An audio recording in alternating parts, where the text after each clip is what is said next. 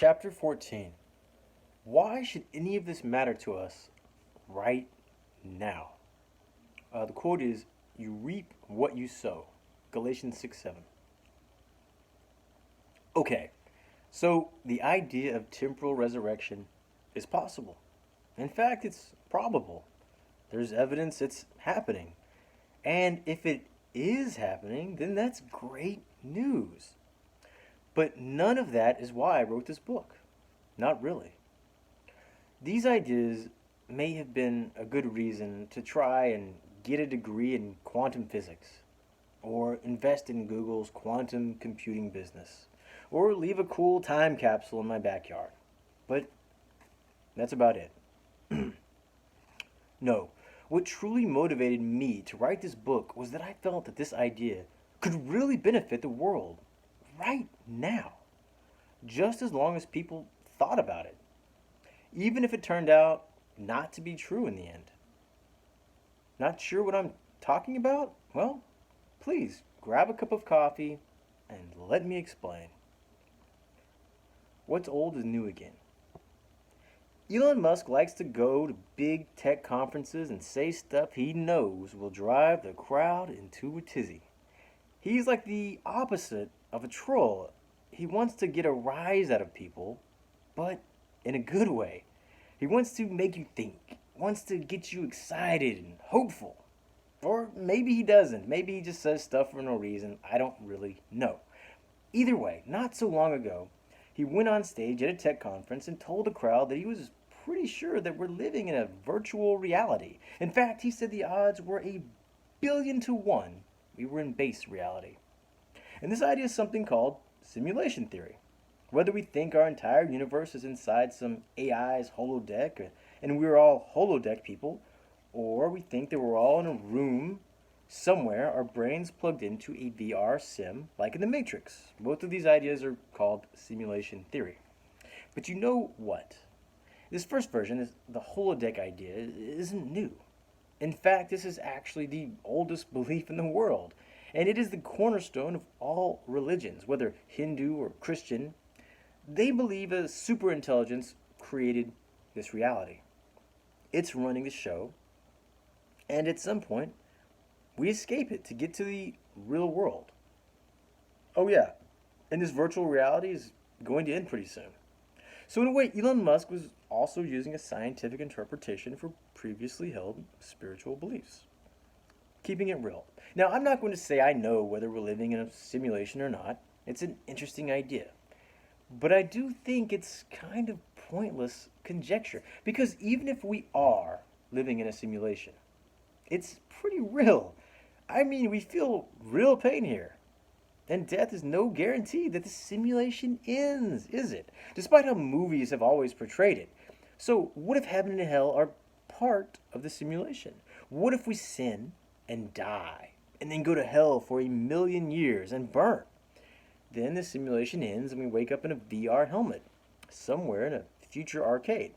I don't know about you, but I would want a refund. In fact, just with the crappy life I'm living right now, I would want a refund. Seriously, I couldn't have been Michael Jordan or Hugh Hefner or something. In addition, even once we woke up out of this simulation, how would we know if our new reality was real? The answer is we wouldn't. So ultimately, whether we're in some huge eternal simulation or not, it's irrelevant. We need to act like this is real, folks. So, what's the problem? But what about all these religions that teach people that we're living in a simulation right now and that it's going to end soon?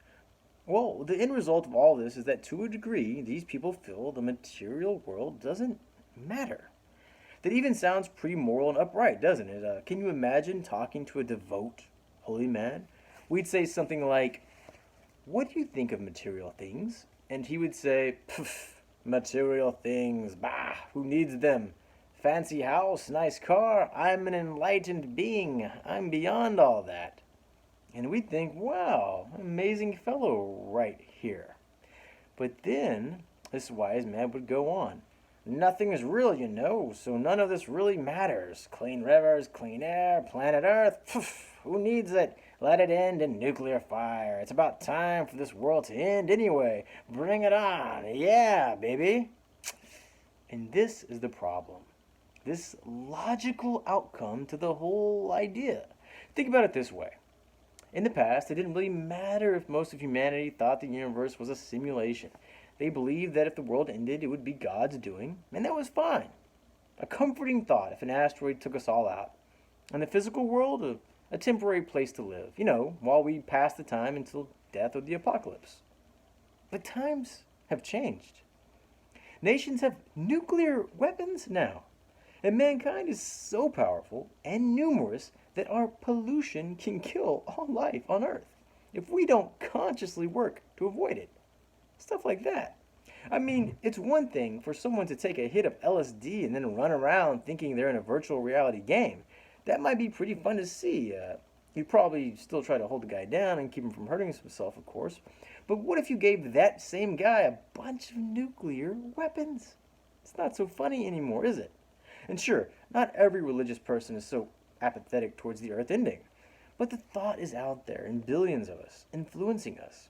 And an idea that influences billions of people starts to really add up over time. It has an impact on society. The opiate of the masses. But there's more. You see, simulation theory is a real multitasker.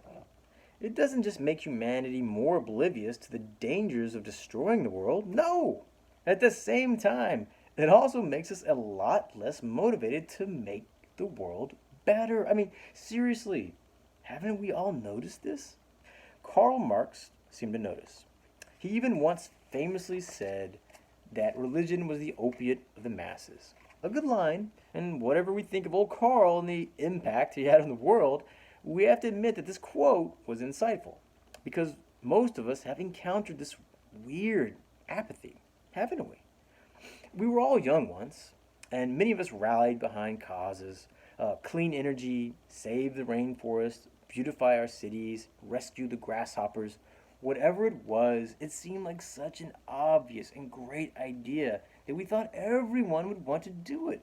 And we expected the world to be a much better place soon. Our generation was going to be the one to finally get it right. And then we actually went out into the world and interacted with people. And that put an end to all that happy, optimistic crap very quickly.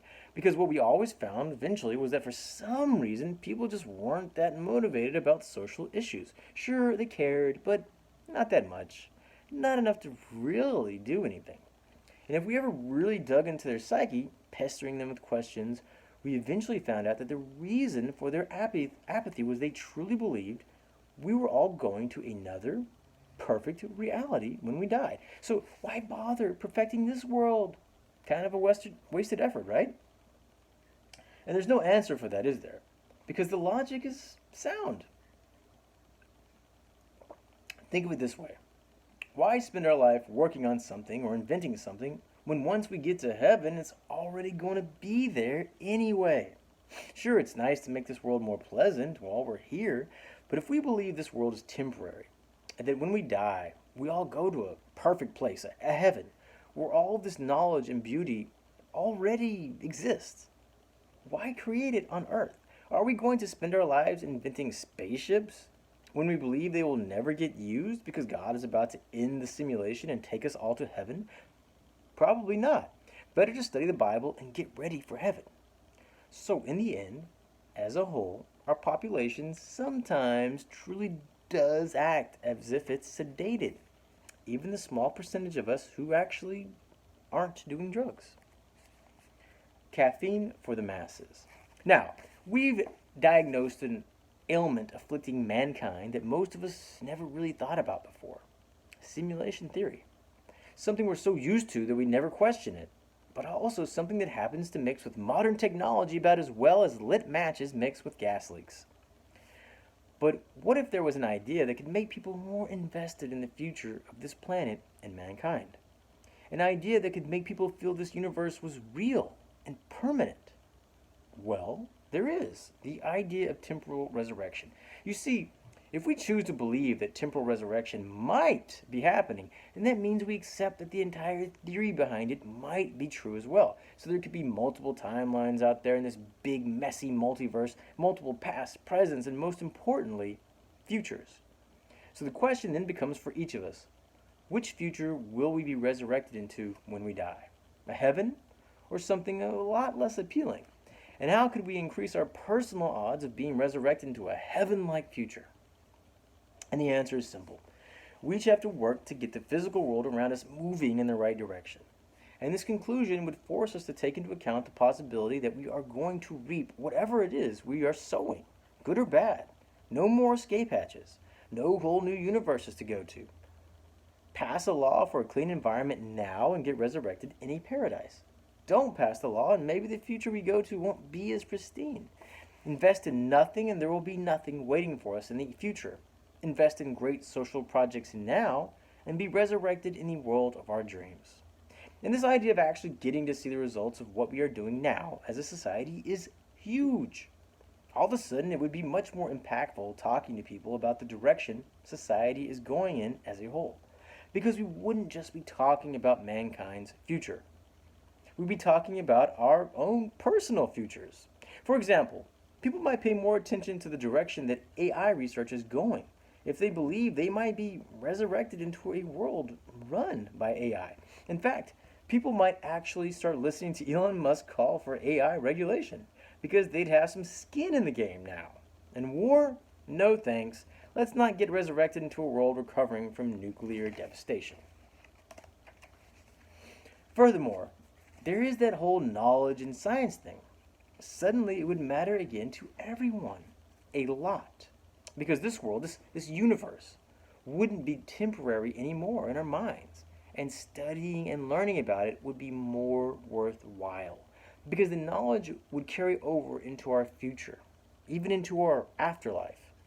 And we would learn and study knowing that it was up to us and our children to build this utopia we were trying to get to. And the really cool thing about this idea is that people don't need to believe it.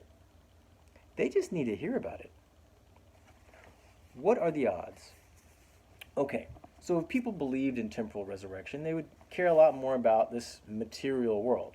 They would be more likely to invest in big, social, long-term projects. And they would be less likely to be okay with the thought of the world being blown to smithereens. But not everyone is going to believe this idea. In fact, most people won't believe. And this is pretty much the problem with every make the world a better place idea out there. People just don't believe them. But let's face it, our decisions are actually based on probabilities. Few of us absolutely believe anything. No, the truth is, we play the odds. Think of it this way. Haven't we all pulled up to a red light at a deserted intersection in the middle of the night? You know the one. That red light that just won't turn green for some reason. And after a while, we edge our car up, wondering if we need a trip or pressure sensor or something. But that still doesn't work. And the minutes start ticking by. And this is when we start to look both ways very carefully. And we can see that for miles in every direction, it's totally clear. The red light's just wasting our time. And that's when the little devil on our shoulder starts to whisper in our ear, "Hey buddy, maybe you should just run it." But you know what? Most of us sit there anyway, don't we? We feel like idiots, but we sit there because the odds maker in our back of our brains telling us that there's a possibility that a cop's lurking in the shadows. Or maybe there's a hidden camera that's going to snap a picture of our license plate. Or a drunk motorcyclist is going to zoom through the intersection at 1,000,000 miles per hour right when we run the light and really mess up our paint job.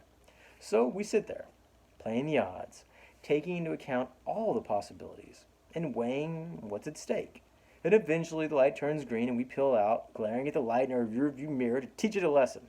And we get pulled over for speeding about 100 feet later. But my point is that this is why just the idea of temporal resurrection would affect the world in a positive manner.